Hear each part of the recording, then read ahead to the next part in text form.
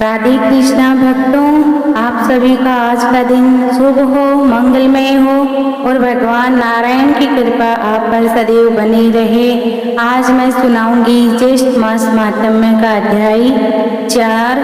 और अगर आपने ज्येष्ठ महात्म्य का अध्याय 1 या 2 और 3 नहीं सुने हैं तो आप हमारे चैनल की प्लेलिस्ट में जाकर इन्हें भी सुन सकते हैं। इसी में आपको सारी ये अध्याय मिलेंगे और आप यहाँ से प्रारंभ करते हैं। आज अध्याय 4 में आप जानेंगे भगवान सूर्य की महिमा, विभिन्न ऋतु में अनेक अलग अलग वर्ण तथा अनेक फल और भगवान सूर्य का अभिषेक एवं उन्हीं की रथ यात्रा का वर्णन भगवान रुद्र ने कहा। ब्राह्मण, आपने भगवान सूर्य नारायण के महात्म्य का वर्णन किया, जिसके सुनने से ही हम बहुत आनंद हमको मिलता है।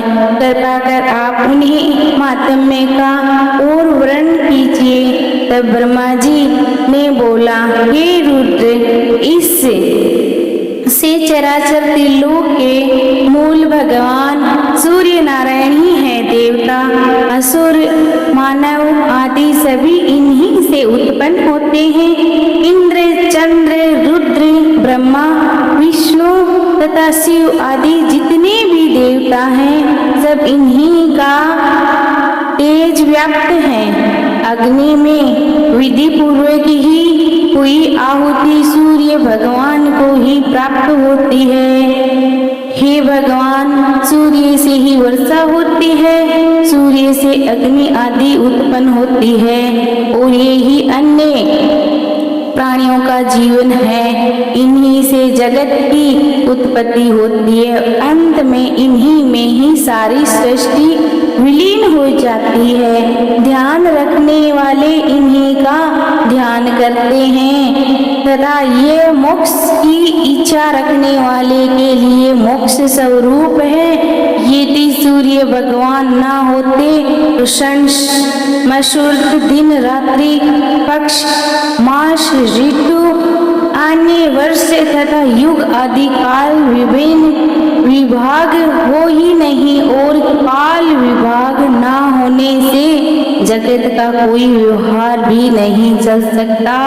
ऋतुओं का विभाग ना हो तो फिर फल मूल खेती औषधियाँ आदि कैसे उत्पन्न हो सकती है और इन्हीं की उत्पत्ति के बिना प्राणियों का जीवन भी कैसे रह सकता है। इसी से यह स्पष्ट है कि इस चराचरात्म में विश्व की मूलभूत कारण भगवान सूर्य नारायण है। सूर्य भगवान वसंत ऋतु में पिल वर्ग, ग्रीष्म ऋतु में तपस्य वर्ण के समान, वर्षा ऋतु में श्वेत, शरद ऋतु में पांडु वर्ण, मेहनत में ताम्र वर्ण और शिशुर ऋतु में रक्त वर्ण के होते हैं। इन वर्णों का अलग अलग फल है। रुद्र भगवान उससे अब आप सुनिए। यदि सूर्य भगवान असमय में सूर्य कृष्ण वर्ण के हो तो पशु संसार में भय होता है। ताम्र वर्ण के हो तो सेनापति का नाश होता है। पीत वर्ण के हो तो राजकुमार की मृत्यु है। श्वेत वर्ण के हो तो राज पुरोहित का ध्वंस और चित्र अथवा धूम्र वर्ण के होने से चोर और शस्त्र का भय होता है। परंतु ऐसा वर्ण होने के बाद भी यदि वर्षा हो जाती है तो अनिष्ट फल नहीं होते। तब भगवान रुद्र ने पूछा, ब्राह्मण, भगवान सूर्य की रथ यात्रा कब और किसी विधि से की जाती है? रथ यात्रा करने वाले, रथ को खींचने वाले, रथ को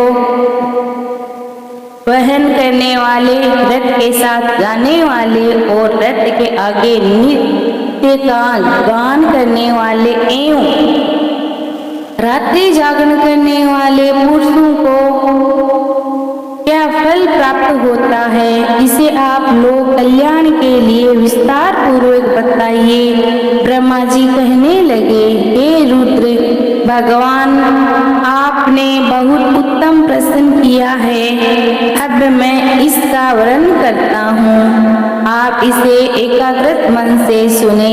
भगवान सूर्य की रथ यात्रा और इंद्र, यह दोनों जगत के कल्याण के लिए मैंने प्रवृत्त किया है। जिस देश में ये दोनों महोत्सव आयोजित किया जाते हैं, वहाँ दुष्प्रवृत्ति आदि उपद्रव नहीं होते हैं, ना चोरी आदि का कोई भय रहता है। इसीलिए अकाल आदि उपद्रव की शांति के लिए इन उत्सवों को मनाना चाहिए। मार्गशीर्ष मास के शुक्ल पक्ष की सप्तमी तिथि को घी के द्वारा भगवान सूर्य को श्रद्धा पूर्वक स्नान कराना चाहिए। ऐसा करने वाला पुरुष सोने के विमान में बैठकर अग्नि लोक को जाता है और वहां दिव्य भोग प्राप्त करता है। जो व्यक्ति शक्कर के साथ साली चावल का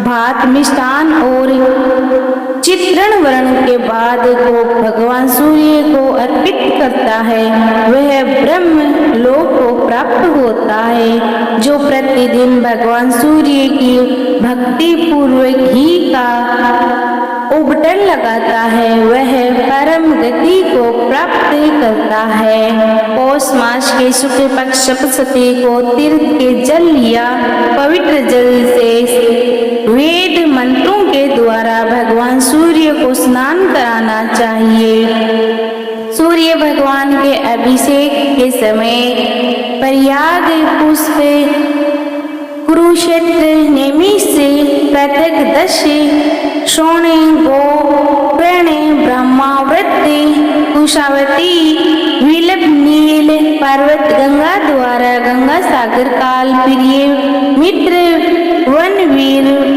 चक्र, तीर्थ, राम तीर्थ, गंगा, यमुना, सरस्वती, सिंधु, चंद्र भाग, नर्मदा, वेदवती, शिवा, पयोशनी, श्री कृष्ण, वेणिकाय, पुष्पवर्णी, कौशिकी तथा सरयू आदि सभी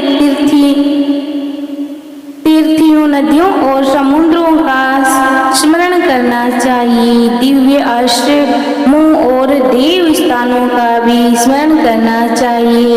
इस प्रकार स्नान कराकर 3 दिन 7 दिन एक पक्ष अथवा मास भर उस अभिषेक के साथ ही भगवान का अधिवास करें और प्रतिदिन भक्ति पूर्वक उन्हीं की पूजा करते रहे।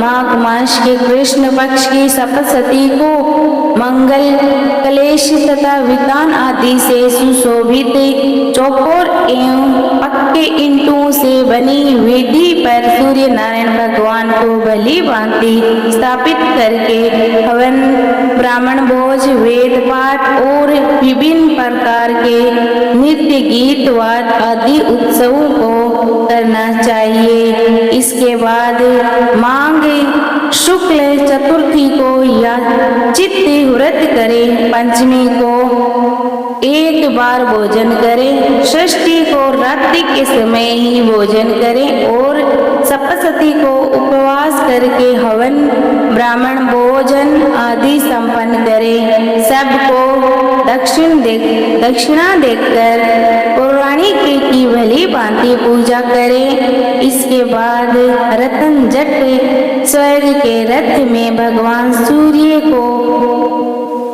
विपत करके रथ को उस दिन मंदिर के आगे ही खड़ा कर रात्रि में जागरण करें और नृत्य गीत चलता रहे। माघ शुक्ल अष्टमी को रथ यात्रा करनी चाहिए। रथ के आगे विधिवत बाजे बजते रहे, नृत्य गीत और मंगल में ध्वज होते रहे। रथ यात्रा प्रथम नगर की उत्तर दिशा में प्रारंभ करनी चाहिए। पुनः क्रम से दक्षिण और पश्चिम दिशाओं में भ्रमण करना चाहिए। इस प्रकार रथ यात्रा करने से राज्य के सभी उपद्रव शांत हो जाते हैं, राजा को युद्ध में विजय मिलती है तथा उस राज्य में सभी प्रजा और पशुगण निरोग एवं सुखी हो जाते हैं। रथ यात्रा करने वाले, रथ को वहन करने वाले और रथ के साथ चलने वाले सूर्य लोक में निवास करके तब भगवान रुद्र ने कहा, हे ब्राह्मण, मंदिर में प्रतिष्ठित प्रतिमा को इस प्रकार उठाना चाहिए और इस प्रकार रथ में विराजमान करना चाहिए। इस विषय में मुझे संदेह हो रहा है, क्योंकि वह प्रतिमा तो स्थिर अर्थात अचल प्रतिष्ठित है, इसीलिए उसे कैसे चलाया जा सकता है। कृपा कर आप मेरे इस संशय को दूर कीजिए। तब ब्रह्मा जी बोले, स्वतः के अवयवों के रूप में स्थिर रथ का पूर्व में मैंने वर्णन किया है। वह रथ सभी रथों में पहला रथ है। उसको देखकर ही विश्वकर्मा ने सभी देवताओं के लिए अलग अलग विविध प्रकार के रथ बनवाए। उससे प्रथम रथ की पूजा के लिए भगवान सूर्य ने अपने पुत्र मनु को यह रथ प्रदान किया। मनु ने राजा इवाक को भी दिया और तब ये सब रथ यात्रा पूंजित हो गए और परंपरा से चली आ रही है। इसीलिए सूर्य भगवान की रथ यात्रा का उत्सव मनाना चाहिए। भगवान सूर्य तो सदा आकाश में भ्रमण करते रहते हैं, इसीलिए उन्हीं की प्रतिमा को चलाने में कोई भी दोष नहीं है। भगवान सूर्य के भ्रमण करते हुए उनका रथ एवं मंडल दिखाई नहीं पड़ता, इसीलिए मनुष्य ने रथ यात्रा के द्वार ही उन्हीं के रथ एवं मंडल का दर्शन किया है। ब्रह्मा, विष्णु, शिव आदि देवों की प्रतिमा के स्थापित हो जाने के बाद उनको उठाना नहीं चाहिए, क्योंकि सूर्य नारायण भगवान की रथ यात्रा प्रजा की शांति के लिए हर वर्ष करनी चाहिए। सोना, चांदी अथवा उत्तम काष्ठ का अतिशय रमणीक और बहुत सुदृश्य रथ का निर्माण करना चाहिए। उसके बीच में भगवान सूर्य नारायण की प्रतिमा को स्थापित करें। उत्तम लक्षणों से युक्त अतिशय सुशील रहित वर्ण के घोड़ों को रथ में नियोजित करना चाहिए। उन घोड़ों को केसर से रंग कर उनके आभूषण, पुष्प माला और चवारियां रथ के लिए अर्घ प्रदान करें। इस प्रकाश रथ को तैयार करके सभी देवताओं की पूजा करें। ब्राह्मण भोजन कराना चाहिए। दक्षिणा देकर दीन, अंधे, उपदेशित तथा अनाथ को भोजन आदि से संतुष्ट कराना चाहिए। उत्तम मध्य अथवा उत्तम किसी भी व्यक्ति को विमुख नहीं होना देना चाहिए। रथ यात्रा स्वरूप इस सूर्य महायोग में भोग से पीड़ित बिना भोजन किए यदि कोई व्यक्ति बगैर आशा वाला होकर लौट जाता है तो इस दुष्कृतम वाम वेद पवित्र मानव स्रोत रथ इन ऋतुचाओं का पाठ करें, फिर पुण्य वचन और अनेक प्रकार के मंगल वाद्यों की ध्वनि कर सुंदर एवं संतलन मार्ग पर रथ को चलाएं, जिससे कहीं पर थकाना लगे। घोड़े के अचाव में अच्छे बैलों को रथ में लगाना चाहिए या पुरुष गण ही रथ को खींचे।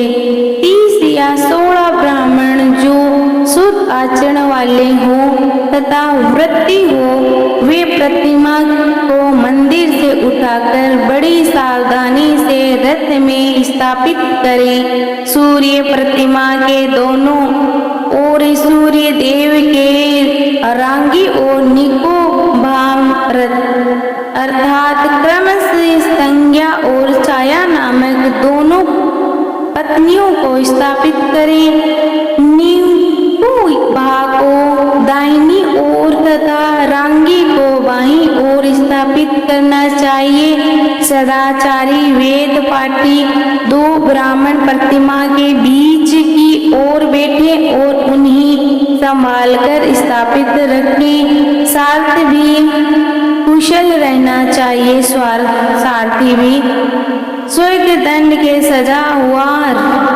छत्र रथ के ऊपर लगाया। अतिशय सुंदर रत्नों से जट और स्वर्ग दंड से युक्त ध्वजा रथ पर चढ़ाएं, जिसमें अनेक रंगों के साथ पताका लगी हो। रथ के आगे के भाग में सारथी के रूप में ब्राह्मण को बिठाना चाहिए। श्रद्धा रहित व्यक्ति को रथ के ऊपर नहीं चढ़ना चाहिए, क्योंकि जो श्रद्धा रहित व्यक्ति रथ पर आरूढ़ होता है तो उसकी शक्ति नष्ट हो जाती है। ब्राह्मण, क्षत्रिय और वैश्य को ही रथ के वहन करने का अधिकार है। अपने स्थान से चलकर सबसे पहले रथ को उत्तर द्वार पर ले जाना चाहिए। वहां एक दिन तक रथ की पूजा करें और विधिवत नृत्य गीत आदि उत्सव, वेद पाठी तथा पुराणों की कथा होनी चाहिए एवं ब्राह्मण भोजन की भी कराना चाहिए। नवमी के दिन रथ चलाकर पूर्व द्वार पर ले जाकर एक वहीं तरह तीसरे दिन दक्षिण द्वार पर रथ ले जाएं तथा चौथे दिन पश्चिमी द्वार पर रथ को ले जाएं। वहां से नगर के मध्य में रथ को ले जाएं। वहां पूजन और उत्सव करके दीपमाला प्रज्वलित करें, ब्राह्मण को दान दें और भोजन कराएं। इसके बाद वहां से मंदिर में रथ को ले जाना चाहिए। वहां नगर के सभी लोग मिलकर पूजन और उत्सव करें। एक दिन रात रथ में ही प्रतिमा रहे। दूसरे दिन भगवान सूर्य की प्रतिमा को रथ से उतारकर बड़ी धूमधाम से मंदिर में स्थापित करें। इस प्रकार सप्तमी से त्रयोदशी तिथि तक रथ यात्रा होनी चाहिए और चतुर्दशी को प्रतिमा पूर्वक स्थान में स्थापित कर दी जाती है। इस रथ यात्रा के करने से भी विघ्न बाधाएं निवृत्ति हो जाती है। जय श्री कृष्ण। आज का अध्याय यहीं समाप्त होता है। इसके आगे का वार्तालाप आप आगे अध्याय में सुनेंगे।